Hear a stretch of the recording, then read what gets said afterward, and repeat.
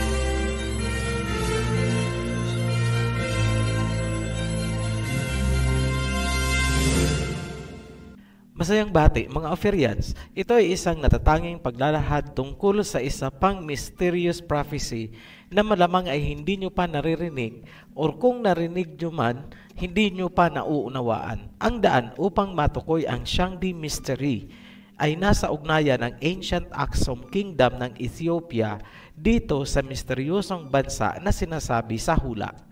Ang bansang ito na may ugnayan sa Ethiopia ang magbibigay ng handog na dadalhin sa Mount Zion. Anong bansa ito? Yan ang mystery. Bibigyan namin kayo ng paunang clue bilang overview. Maire-relate nyo na rin dito ang mga kasulukuyang crisis na nangyayari sa mga bansang involved. Ang hula ay nabaon sa kawalan dahil sa pagkakawatak-watak ng buong nilalaman ng Isaiah chapter 18 kung saan ito ay nasusulat. Ibig sabihin, may mga impormasyon na wala sa King James Version ngunit nasa ibang versions. Yung mga impormasyon naman na wala sa ibang versions ay matatagpuan sa King James Version na chop-chop ang laman ng Isaiah chapter 18 at ikinalat sa iba't ibang versions ng Bible. Kailangan mong basahin ang napakaraming versions ng Biblia upang makumpleto at mabuo ang Isaiah chapter 18. Ito ang katangian ng misteryosong bansa na sinasabi sa chapter 18. Pagkukumparahin po natin ang impormasyon mula sa King James Bible at ginamit namin itong Holman Bible. Then later on pagsasamahin po natin. Ang buong chapter 18 ay mensahe para sa mga Ethiopians. Kapansin-pansin na ang Ethiopians ay inutusan na pumunta dito sa misteryosong bansa at inilarawan ang bansa na kanilang pupuntahan. Ibig sabihin, kung anong bansa ang pinuntahan ng mga Ethiopians, yun ang tinutukoy sa hula. Hawak ng mga Ethiopians ang revelation tungkol sa Shangdi Mystery. Basahin natin ang Isaiah chapter 18. Yung Holman po ang gagamitin namin dahil alam namin na bihira sa inyo ang meron itong Bible at doon matatagpuan ang mga importanteng detalye na kailangan natin. Yung mga naka-highlight ng yellow ay mga impormasyon na hindi nyo matatagpuan sa King James para hindi malito ang mga baguhan na hindi napanood ang Seal series natin. Hindi po muna natin i-correct ang mga salitang ginamit ng Holman. Isaiah chapter 18, the Lord's message to Cush. The land of buzzing insect wings, beyond the rivers of Cush, sends couriers by sea and reed vessels on the waters. Go swift messengers to a nation tall and smooth-skinned, to a people feared far and near, a powerful nation with a strange language, whose land is divided by rivers. All you inhabitants of the world, and you who live on the earth, when a banner is raised on the mountains, look. When a trumpet sounds, listen. Tagalugin po natin. Lupain ng humuhugong na mga insekto na matatagpuan sa kabila ng River of Cush at nagpapadala ng mga barko sa karagatan. Humayo kayo mga mensahero sa isang bansa kung saan ang mga tao ay matatangkad at makikinis ang balat, mga taong kinatatakutan, isang makapangyarihang bansa na may kakaibang salita, kung saan ang kanilang lupain ay pinaghati-hati ng maraming rivers or ilog. Kayong mga naninirahan sa buong mundo, kapag itinaas nila ang bandila sa tuktok ng bundok, panuorin nyo. Kapag tumunog ang kanilang trompeta, pakinggan nyo. For the Lord said to me, I will quietly look out from my place, like shimmering heat in sunshine, like a rain cloud in harvest heat. For before the harvest, when the blossoming is over, and the blossom becomes a ripening grape, He will cut off the shoots with a pruning knife, and tear away and remove the branches. They will all be left for the birds of prey on the hills, and for the wild animals of the land. The birds will spend the summer on them, and all the animals the winter on them. Ito ang salita ng Elohim. Tahimik akong manunood mula sa aking luklukan, tulad sa nakakapasong sikat ng araw, gaya ng ulap sa tag-anihan, dahil bago ang tag-anihan, kapag ang ubas ay mahihinog na, puputulin niya ang mga suloy o shoots gamit ang matalas na tabak. Tatagpasin niya at itatapon ang mga sanga. Hahayaan niya ang mga ito sa mga ibon at gumagalang mga hayop para sa tag-init at hanggang sa taglamig. Paliwanag, ang inilalarawan dito na magtatagpas ng mga sanga kapag hinog na ang ubas ay itong misteryosong bansa na tutukuyin natin bandang huli. Ituloy natin ang natitirang bahagi ng chapter.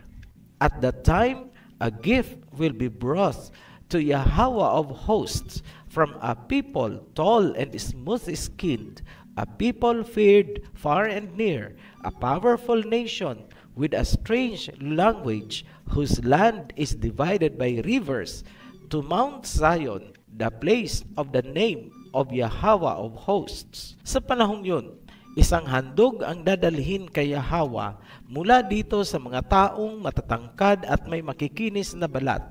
Itong mga taong kinatatakutan, isang makapangyarihang bansa na may kakaibang salita, na ang lupain ay pinaghahati-hati ng maraming ilog. Ang handog ay ihahatid nila sa Mount Zion, ang lugar para sa pangalan ni Yahweh, ang Elohim ng kaluwalhatian.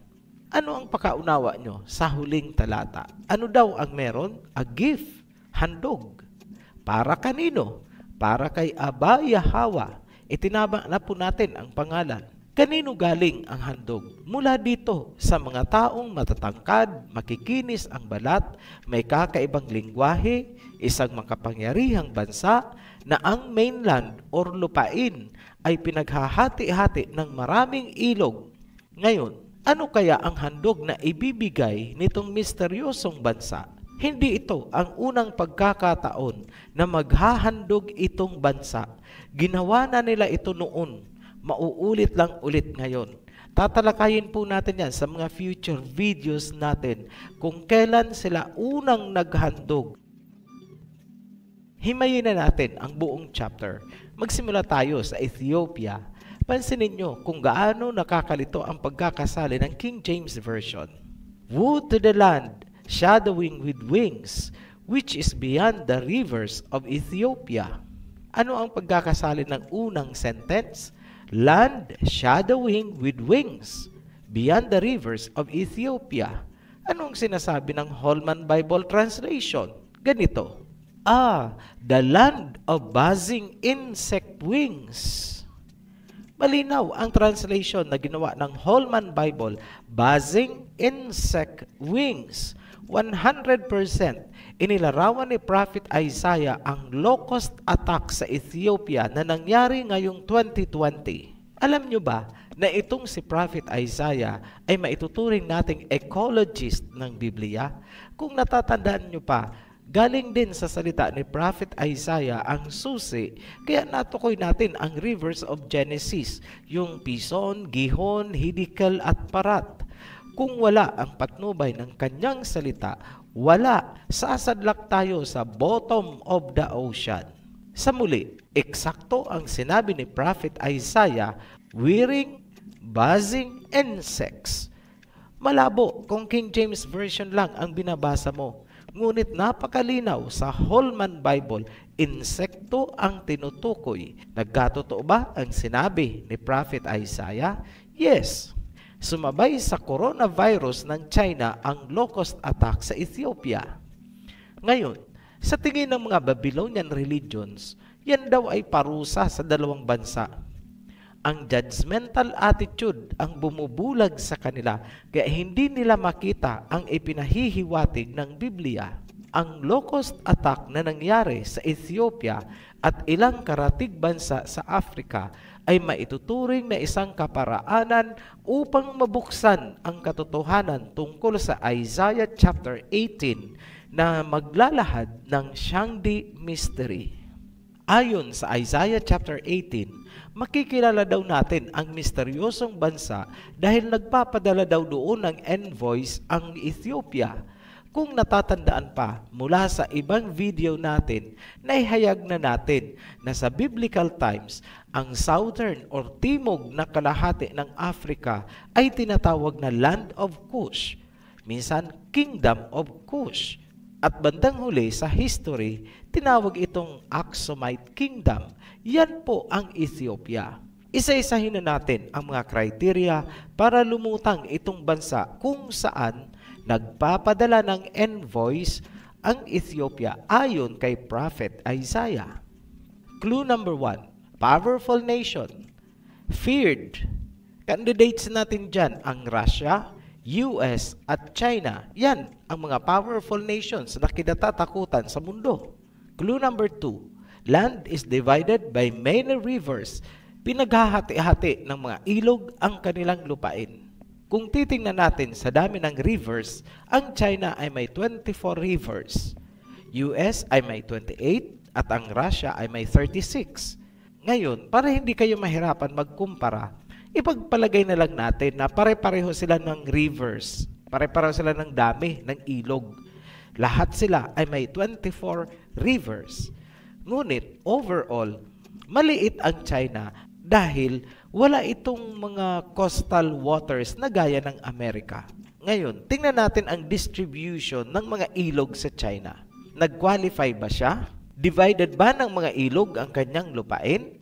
Yes, nag-qualify siya. Ngayon, ang US, nag-qualify din ba? Yes, apparently. Yung Russia, qualified din kaya? Yes, ipagpalagay na natin, qualified din. Wala tayong i-disqualify at this point para hindi nyo sabihin may bias tayo. Clue number 3, strange language. Kung language ang pag-uusapan, mas mahirap para sa Ethiopians ang language ng China at Russia. Maraming Ethiopians ang nakakaintindi at nakakapagsalita ng English.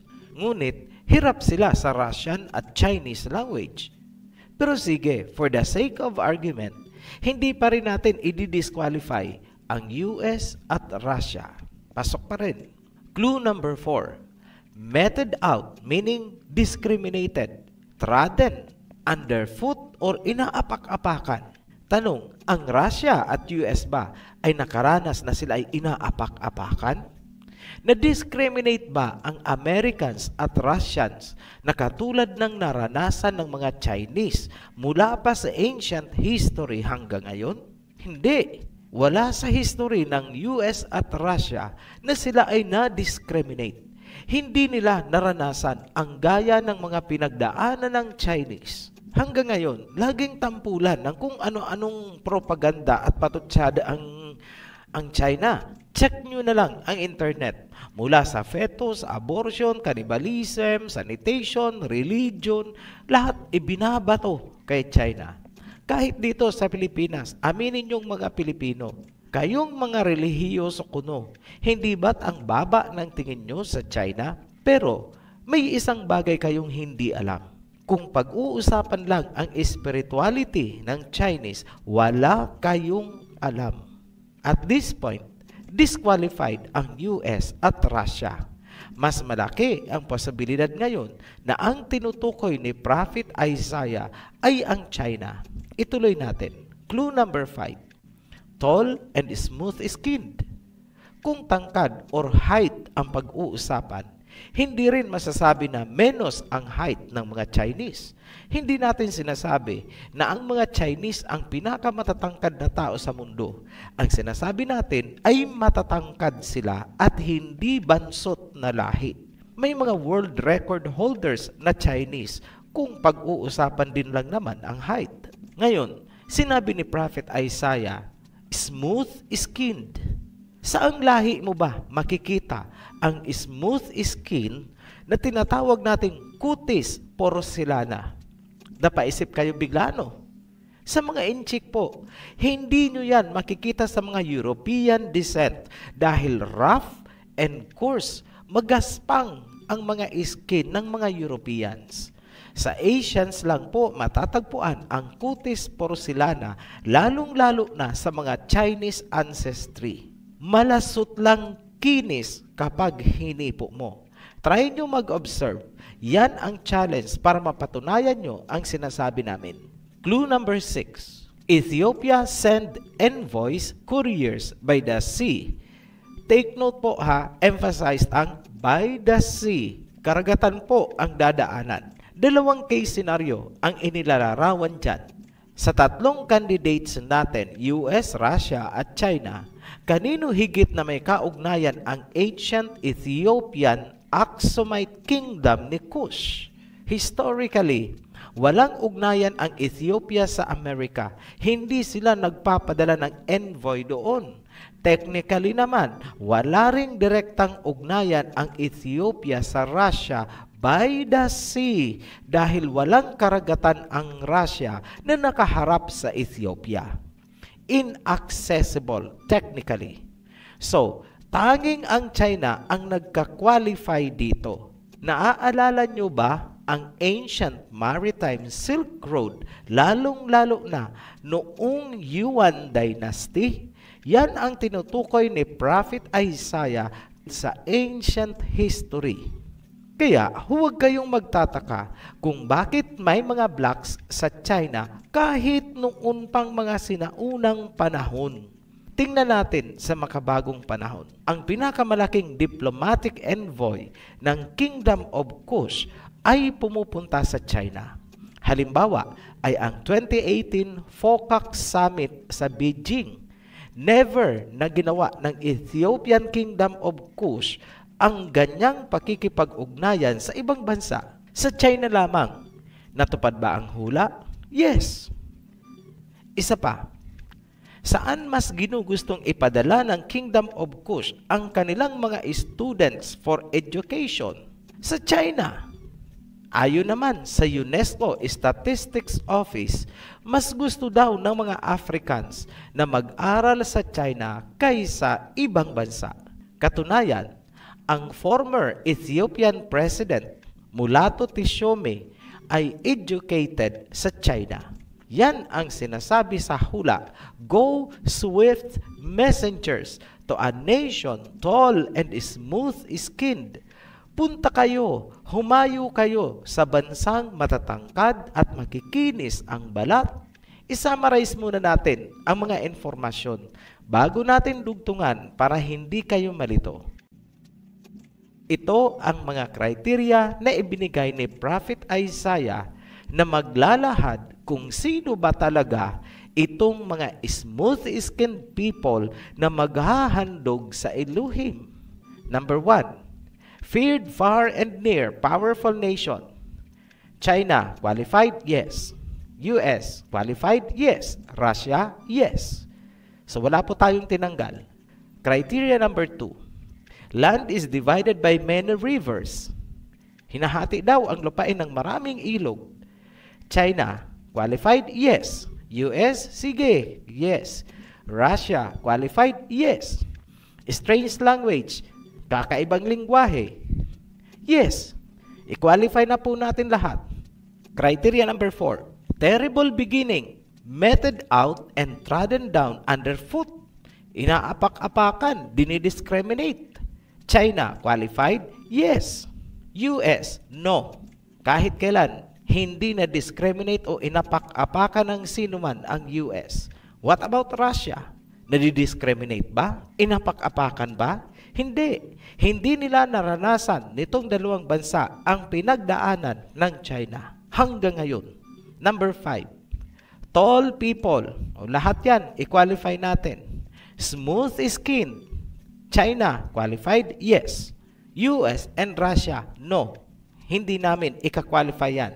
Dahil ang quality ng kanilang skin ay hindi kasing smooth na katulad ng kutis porcelana ng mga Chinese. Number 6. Ethiopia sends envoys, couriers by the sea. Naipaliwanag na natin yan kanina. China, yes na yes. Triple yes. Russia, sort of. US, no. Number 7. The nation will cut the branches when the grape is ripening. Question mark muna tayo dyan. The nation will offer a gift. Take it to Mount Zion, the place where the name of Elohim is placed. Question mark pa po tayo dyan. Pero dito pa lang sa summary na ito, ang merong straight na yes ay ang China. Kahit kailan, hindi sila na-disqualify sa mga criteria. Titingnan natin itong mga susunod na criteria, itong 7 and 8, kung magka-qualify pa rin ang China. Ano ang sinasabing puputulin ng bansa ang mga sanga o suloy kapag ang grape ay nahihinog na at siya ay mag-aalay ng handog sa Mount Zion kung saan inilagay ang pangalan ng Elohim? Ano po kaya ang ibig sabihin niyan? Isang malaking katotohanan ang susunod naming ilalabas. Yan ang criteria number 7 at number 8. The mystery of Shangdi. Kung sa tingin ninyo may bias ang analysis namin, wala po sa amin ang problema, kundi yang mga kimkim ninyong prejudices at judgmental attitude na patuloy na bumubulag sa inyo. Muli kaming nagpapasalamat sa mga patuloy na sumusubaybay sa ating mga series. Para sa mga new subscribers, welcome to the Heritage. Be blessed. Shalom. Tunay ngang maraming dapat muling tuklasin kung kayo'y natuto o naliwanagan. Pakisuportahan ang ating gawain sa pamamagitan ng pag-like at pag-subscribe. Muli, maraming salamat sa panunood. Kita-kits sa susunod na video ng Mensahero ng Silangan.